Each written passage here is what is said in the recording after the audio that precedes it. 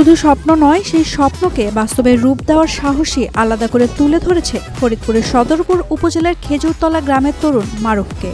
ছোটবেলা থেকেই তার আকাশে ওড়ার স্বপ্ন ছিল।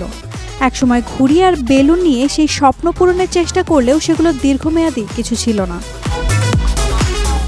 আকাশে ওড়ার স্বপ্ন আমার ছোটবেলা থেকেই। তো একটা সময় চিন্তা করতাম যে বড় একটা ঘুড়ি বানাবো, ঘুড়ি দিয়ে আকাশে উড়বো, অথবা অনেকগুলো গ্যাস বেলুন দিয়ে আকাশে উড়বো।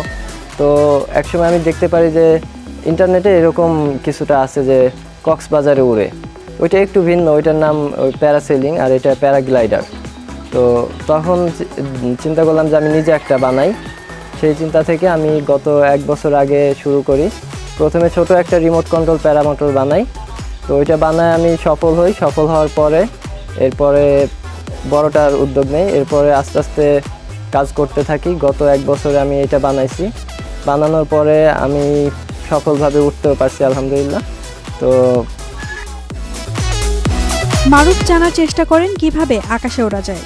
পরে ইউটিউবে প্যারাগ্লাইডার সম্পর্কে জানতে পেরে শুরু করেন নিজের হাতে বানানোর চেষ্টা। স্থানীয় বাজার ঘুরে সংগ্রহ করেন প্রয়োজনীয় কাঁচামাল। নিজের ইলেকট্রিক কাজের অভিজ্ঞতা কাজে লাগিয়েও গড়ে তোলেন প্যারাগ্লাইডার। এটা বানাতে আমার টোটাল গবেষণা সহ 50 থেকে 60 হাজার টাকা খরচ গেছে।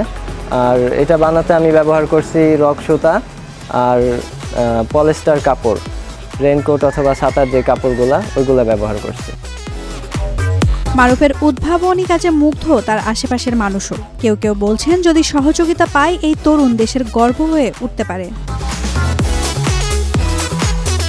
মারুফ জানান, এসএসসি পাশ করে কলেজে ভর্তি হলেও পরিবারের দারিদ্রতার কারণে উচ্চশিক্ষা আর সম্ভব হয়নি। শুরু করেন ইলেকট্রিশিয়ানের কাজ। তবে কাজের ফাঁকে নিজের উদ্ভাবনী চিন্তা ও চেষ্টায় তিনি তৈরি করেছেন আরও কিছু যন্ত্র, যেমন এয়ার কুলার ও থেরাপি মেশিন। তিনি চান এই যন্ত্রগুলো বাজারজাত করতে এবং তার উদ্ভাবনের মাধ্যমে সাধারণ মানুষের উপকারে আসতে। আমি 2022 সালে এসএসসি পাশ করি এবং তারপর ঢাকায় একটা কলেজে ভর্তি হই। পরে পড়াশোনা আর কন্টিনিউ করা হয় না।